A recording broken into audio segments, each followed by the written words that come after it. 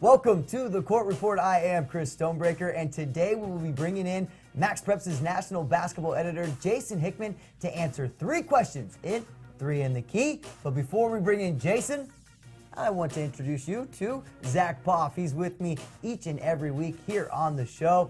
My left, your right. Welcome, Zach. I like that. And hey, let's just jump right into it. Let's bring in our national basketball editor, Jason Hickman, for this week's 3 in the Key. Jay, how's it going, man? Doing great, guys. Let's get to it. All right, baby. Let's dive right into this week's 3 in the Key.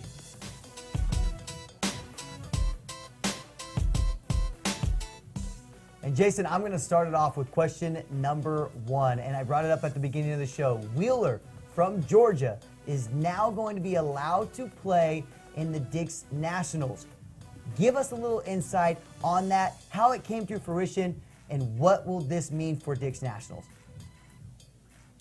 Well, a little bit of a grassroots campaign by Wheeler to get their team into this event, and really a huge victory for the event itself, Dix Nationals, with Georgia being a bit of a power state in basketball, to open the doors to another state that will allow its members to play is a huge thing for Dix Nationals.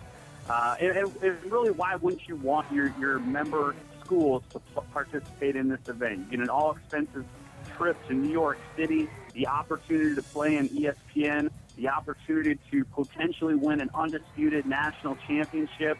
I think it's a win-win. You know, some of the drawbacks that the governing bodies are citing is additional practice time and also basketball cutting into spring sports. I think we would find that, this season being extended, impacting spring sports would be very minimal, bordering on non-existent. So for somebody like me, a fan of high school basketball and a fan of a guy who wants to see a national winner-take-all tournament at the end, I think this is a huge and exciting development.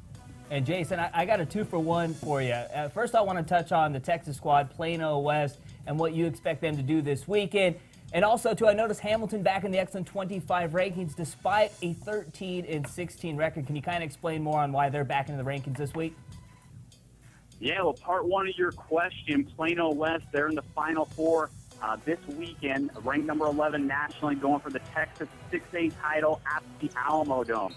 It's not going to be easy for the Wolves. You've got Houston Clear Lake, 34-2 on the season, and coached by Tommy Penders.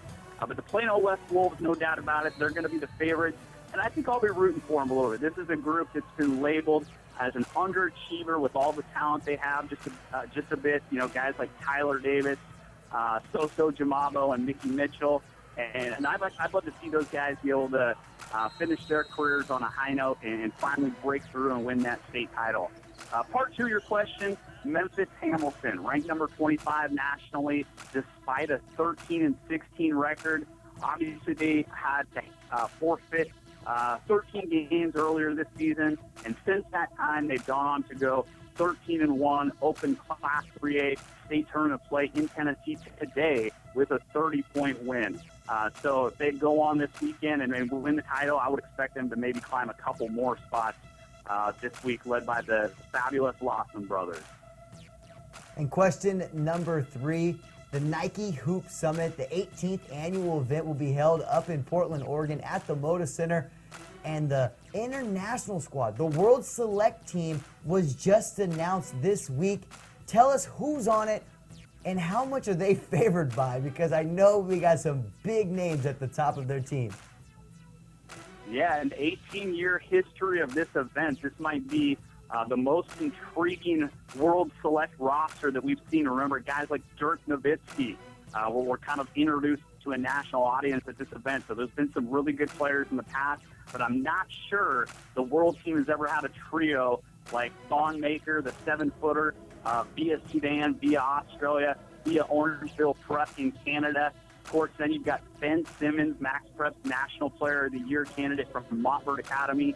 And the third trio of this frontline combination that the world team will have, Czech Diallo from Our Savior New American, one of the biggest surprises in the late recruiting game here this year, 6'9", forward center, shot blocker, can really do it all.